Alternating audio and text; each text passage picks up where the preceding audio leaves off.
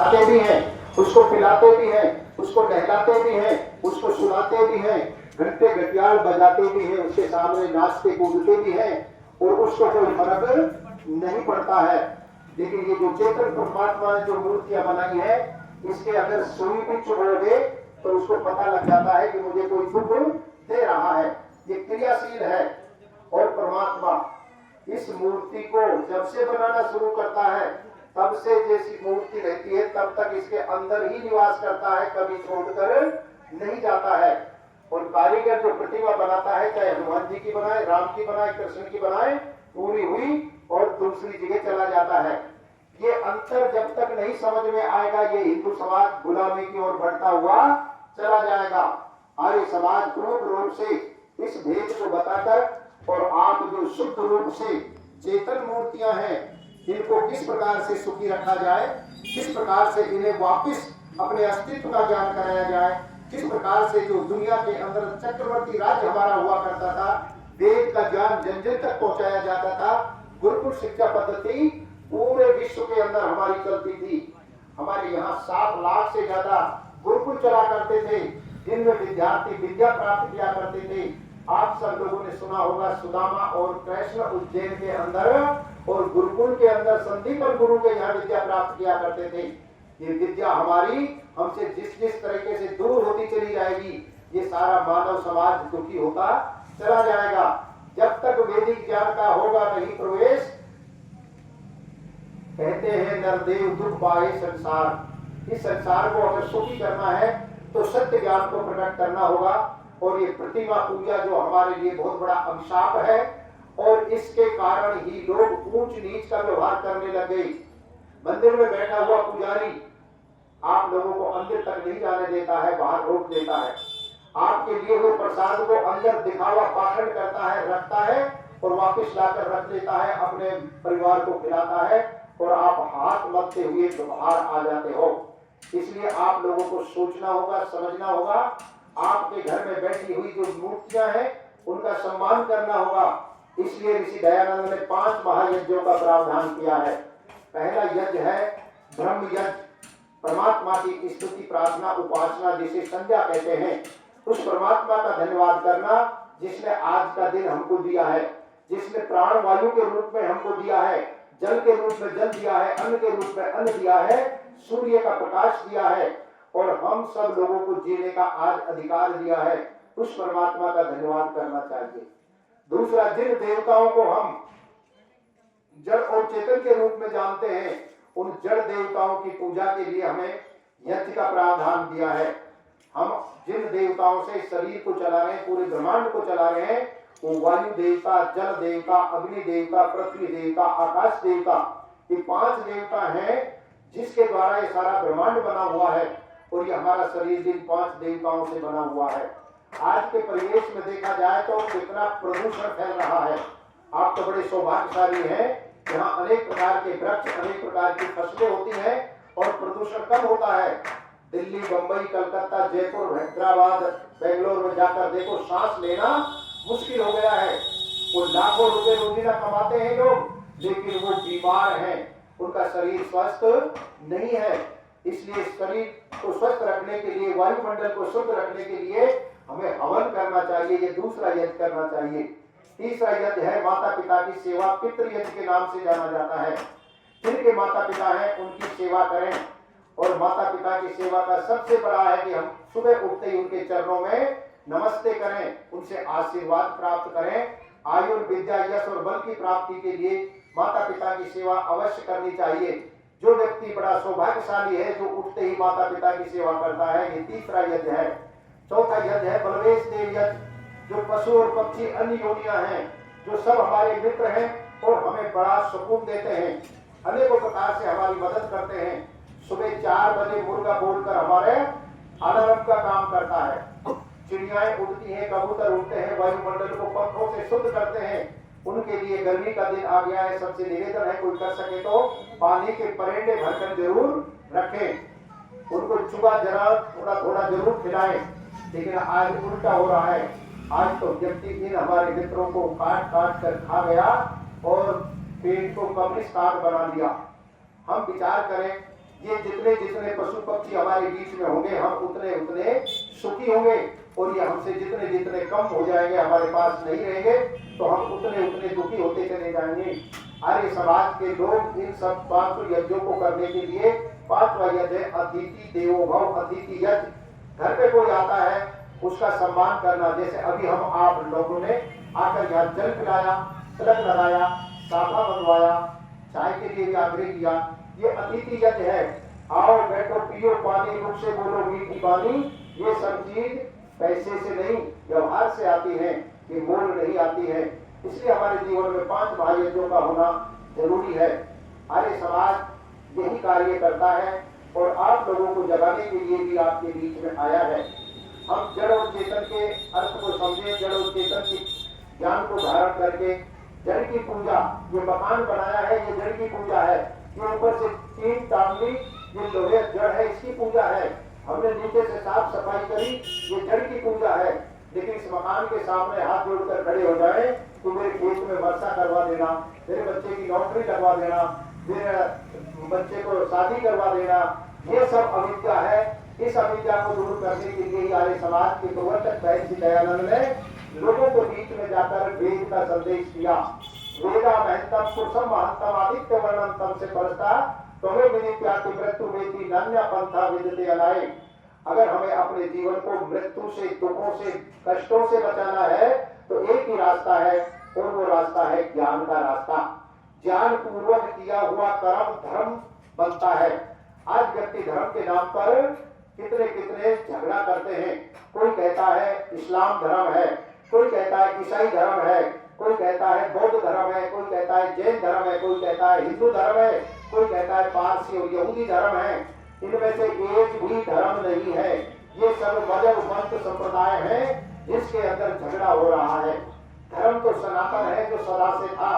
धर्म तो वेद के अनुसार आचरण करना है जो सदा से था। जो व्यक्ति धर्म के अनुसार आचरण करता है वो कभी भी दुखी नहीं होता है, और जो व्यक्ति धर्म को छोड़कर अन्य मार्ग पर चलता है वो कभी भी दुखों से नहीं छूट सकता। इसलिए वेद कहता है कि नान्या पंथा विदते अनाय, हमें सत्य मार्ग पर चलना है, न्याय के मार्ग पर चलना है, परोपकार के मार्ग पर चलना है, ईमानदारी के मार्ग पर चलना है, सेवा और यज्ञ के मार्ग पर चलना है। पशु और पक्षी हमारे मित्र हैं, इनकी सेवा के भाव से हमें जीवन जीना है, यही हमारा धर्म है। इसलिए मनु महाराज जी ने धर्म के लक्षण बताते हुए और कहा कि धृति क्षमा दमो अस्ते शोचम इंद्रिय निग्रह धीर विद्या सत्यम क्रोधो अहिंसा परमो धर्म। ऐसा कोई भी कार्य जिसके करने से अहिंसा की स्थापना हो जाती है, जिसके करने से शांति आ जाती है, जिसके करने से उसके जीवन में विकास हो जाता है, जिसके करने से उसके जीवन में प्रफुल्लता आ जाती है, वही कार्य धर्म होता है। आप विचार करके देखिए कि जो भी हम कर्म करते हैं करने से पहले प्यारा प्रभु परमात्मा हमारे अंदर 2 स्थिति पैदा करता है। अगर हम गलत विचार करते हैं, गलत वचन बोलते हैं, गलत कर्म करने के लिए प्रेरित होते हैं तो वो परमात्मा हमें शंका, भय और लज्जा का उपदेश करता है। अगर हम कोई अच्छा काम करते हैं, गर्मी के दिनों में पानी की व्यवस्था करते हैं, किसी को रास्ता बताते हैं, किसी की सेवा करते हैं, किसी के साथ हम अच्छा उपकार का कार्य करते हैं, तो वही परमात्मा हमारे अंदर हर्ष, उल्लास और प्रसन्नता प्रकट करके हमें आगे बढ़ने का संदेश देता है कि हे मेरे अमृत पुत्रों, आप अच्छे कर्म निरंतर करते चले जाओ और बुरे कर्म कभी भी मत करो। वेद के अंदर केवल 2 बातें परमात्मा ने हमको बताई हैं, करने योग्य कर्मों को अभी करो और न करने योग्य कर्मों को कभी भी मत करो, तो हमारे जीवन में दुख नहीं आएंगे। परमात्मा ने संसार के अंदर ऐसी कोई वस्तु नहीं बनाई जो दुख देने वाली हो। प्यारे प्रभु परमात्मा ने तो संसार सुखों से भर के दिया है। जो व्यक्ति संसार का प्रयोग न्याय पूर्वक, मर्यादा पूर्वक, पुरुषार्थ पूर्वक करता है वो सुखी हो जाता है। इसलिए दुनिया सुंदर सुखद बनाई, इसमें रहना सीख लो। ये रहने का उपदेश मनुष्य के लिए ही है। पशु और पक्षी तो स्वाभाविक रूप से अपना जीवन व्यतीत करते हैं। हमारे 3 उत्तम गुरुओं के द्वारा हमको रहने का उपदेश किया जाता है कि हमारी माँ किस तरीके से हमारे को संस्कारित करती है, किस तरीके से हमारा पिताजी हमारे लिए साधन जुटाता है और किस तरीके से हमारा आचार्य हमें किस प्रकार से आचरणवान बनाता है, विद्यावान बनाता है।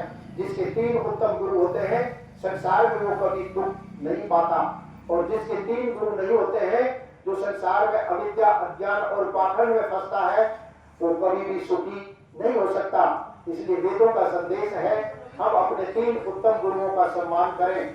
हमारे सामने जितने भी जो जीव आते हैं, उनको हम यथा योग सेवा के भाव से हम अपना जीवन व्यतीत करें।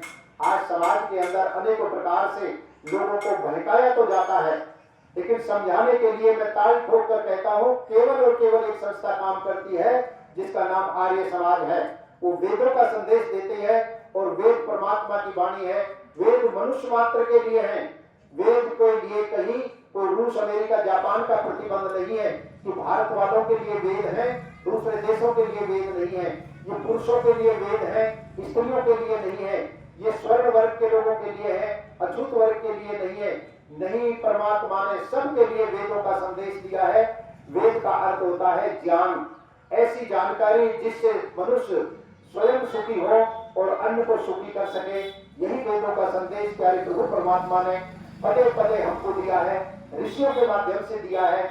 और आज भी हम आप सब लोगों को परमात्मा बुराइयों से बचाने के लिए हमारे अंदर निवास करता है। जब हम संज्ञा करते हैं तो उसके मंत्रों के माध्यम से ये भाव पैदा होता है कि परमात्मा तो मेरे सामने भी है, तो मेरे आगे भी है, मेरे पीछे भी है, ऊपर भी है, नीचे भी है, बाहर भी है और भीतर भी है। जो व्यक्ति परमात्मा को अपने आसपास रखेगा, वो कभी झूठ नहीं बोलेगा, वो कभी भी चोरी नहीं करेगा, वो कभी भी बलात् क्रियाएं नहीं करेगा, वो कभी भी छल कपट झूठ बेईमानी नहीं करेगा। और जो परमात्मा को मस्जिद के अंदर, परमात्मा को मंदिर के अंदर, परमात्मा को अन्य स्थानों पर मानेगा, तो फिर वो कहेगा मुझे कौन देख रहा है। नहीं, परमात्मा हमारे अंदर है और वो हर समय हमारा देखने वाला, सुनने वाला, जानने वाला हमारे साथ रहता है। क्योंकि आप हम सब लोगों को बनाने वाला वो परमात्मा है और हमारी रक्षा करने वाला भी वो सर्वरक्षित परमात्मा हमारी रक्षा करता है। वो धर्म के मार्ग पर चलाकर हमारी रक्षा करता है। इसलिए आप सब लोगों से निवेदन है, बचा हुआ जो समय है, ज्ञान पूर्वक शुद्ध श्रेष्ठ उत्तम कर्म करते हुए अपने जीवन को धर्म के अनुसार जोड़ें और धर्म से ही भक्ति की प्राप्ति होती है। जो व्यक्ति भक्ति के मार्ग पर चलता है उसे शक्ति प्राप्त होती है और शक्ति के बिना मुक्ति नहीं होती है। ये वैज्ञानिक वेद का संदेश है। ज्ञान पूर्वक कर्म करके हम धर्म के मार्ग पर चलें और हम भक्ति को प्राप्त करते हुए शक्ति से मुक्ति को प्राप्त करें। जीवन का यही लक्ष्य हमारा होना चाहिए। अन्य तो गौण लक्ष्य है, खाना पीना, मकान बनाना, बच्चे पैदा करना, खेती करना, दुकान करना, नौकरी करना, ये तो गौण कार्य है, ये भी करने चाहिए। लेकिन मुख्य हमारा लक्ष्य जो है वो परमात्मा की प्राप्ति, आनंद की प्राप्ति है। आर्य संदेश, आर्य समाज और वेदों का संदेश यही है। आए मिलकर हम अपने आप को श्रेष्ठ बनाएं और संसार को श्रेष्ठ बनाने के लिए नारा देते हैं, कर्मवत्तो विश्व आर्यम। हम संसार को कैसे श्रेष्ठ बनाएं, उत्तम बनाएं, महान बनाएं। आप सब लोगों से मेरा एक ही निवेदन है कि हमारी जो वैदिक सनातन संस्कृति है, राम ने इसी संस्कृति का अनुसरण किया, इसी संस्कृति को माना, कृष्ण ने भी इसी संस्कृति को धारण किया। तब आज हजारों वर्ष, लाखों वर्ष हम उनको अपना आदर्श मानते हैं। ऐसे ऋषि और महर्षियों ने यही संदेश हमको दिया। आर्य समाज के प्रवर्तक महर्षि दयानंद ने भी हमें 17 बार स्वयं जहर पिया और हमें वेद का अमृत रूपी ज्ञान देकर और हमें कृतार्थ कर दिया, हमें बचा लिया, भारत माता को आजाद करा लिया और गौ माता की रक्षा के लिए सबसे पहली गौशाला रेवाड़ी के अंदर खोलकर गौ वंश की रक्षा करी। ऐसे ऋषि को भी हम कोटि कोटि नमन करते हैं। आए उन सिद्धांतों को, जो वेद के सिद्धांत हैं, जो जीवन जीने के लिए अति आवश्यक हैं। हम पाखंड और बुराइयों से बचने के लिए वेद के मार्ग पर ही चलकर बच सकते हैं। नान्या पंथा विदते अनाय, और कोई रास्ता नहीं है। इसलिए पुनः पुनः आप सब लोगों से अनुरोध है, बहकाने वाले बहुत आएंगे, प्रकृति के विरोध में काम करने वाले बहुत आएंगे, लेकिन वेदानुकूल जीवन और वेद की संस्कृति को बताने और जनाने वाला केवल और एक केवल आर्य समाज है जो आपके बीच में आया है। आप सब लोगों का कोटि कोटि नमन करते हुए, आपके उत्तम स्वास्थ्य की कामना के साथ आप सब लोगों को पुनः निमंत्रण कि आज शाम को और कल पूरे दिन आर्य समाज छबड़ा के द्वारा आदर्श विद्या मंदिर के अंदर एक विशाल कार्यक्रम रखा गया है। आप सब लोग वहां आए, आपके भोजन की व्यवस्था भी है। आप सब लोग आकर देखें आर्य समाज क्या है, आर्य हम कौन हैं, हम क्या थे और आगे चलकर हम किस तरीके से राष्ट्र की रक्षा कर सकते हैं। इसलिए सब लोगों को निमंत्रण है। बुराइयों से, पाखंड से, अंधविश्वास से बचें और अपने शुद्ध जीवन को शुद्ध बनाकर अपने बच्चों को संस्कारित करें। हम अपने बच्चों को श्रेष्ठ उत्तम बनाएंगे तो यह आगे चलकर हमारी वृद्ध अवस्था का यही ध्यान रखेंगे। इसलिए बच्चों को संस्कारित करें, अच्छे मार्ग पर बच्चों को अच्छा उपदेश करें। इन्हीं शब्दों के साथ आपका उत्तम स्वास्थ्य रहे। ओम इति सम।